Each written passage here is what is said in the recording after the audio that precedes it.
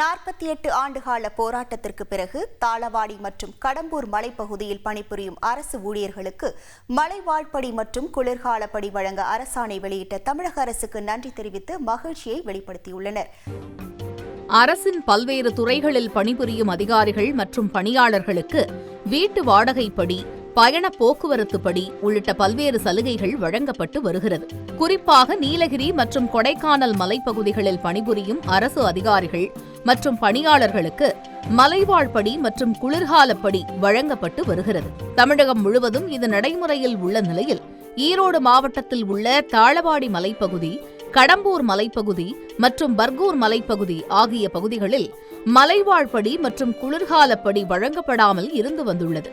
இங்கு வருவாய்த்துறை, பள்ளிக்கல்வித்துறை, காவல்துறை, ஊரக வளர்ச்சித்துறை, வனத்துறை உள்ளிட்ட அரசு துறைகள் இயங்கி வரும் சூழலில் இத்துறைகளில் பணிபுரியும் அதிகாரிகள் கடும் சிரமத்திற்கு ஆளாகி வந்தனர்.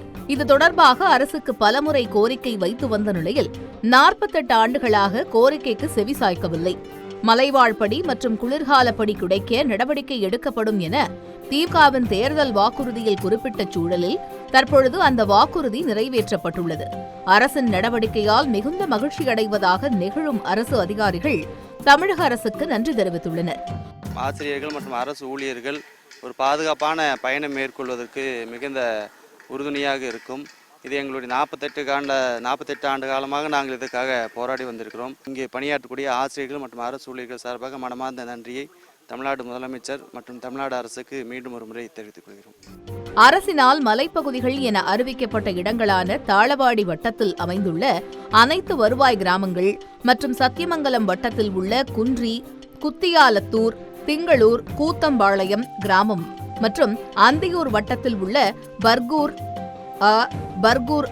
கிராமங்கள் ஆகிய மலைப்பகுதிகளில் பணிபுரியும் அலுவலர்களுக்கு மலைவாழ்படி மற்றும் குளிர்காலப்படி வழங்க வழிவகை செய்யப்பட்டுள்ளது.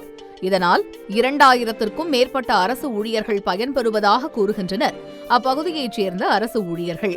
ஆசிரியர்கள், பொதுத்துறை ஊழியர்கள் கூட இதில் பயனடைவார்கள்.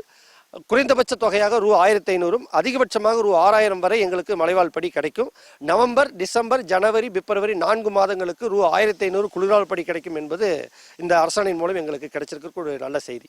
இதற்கான அரசாணையை வெளியிட்டுள்ள தமிழக அரசிற்கும் தமிழக முதலமைச்சருக்கும் அரசு ஊழியர்கள் சார்பிலும் அனைத்து ஆசிரியர், அரசு மற்றும் பொதுத்துறை ஊழியர் சங்கங்களின் கூட்டமைப்பு சார்பிலும் நன்றி தெரிவித்துள்ளனர்.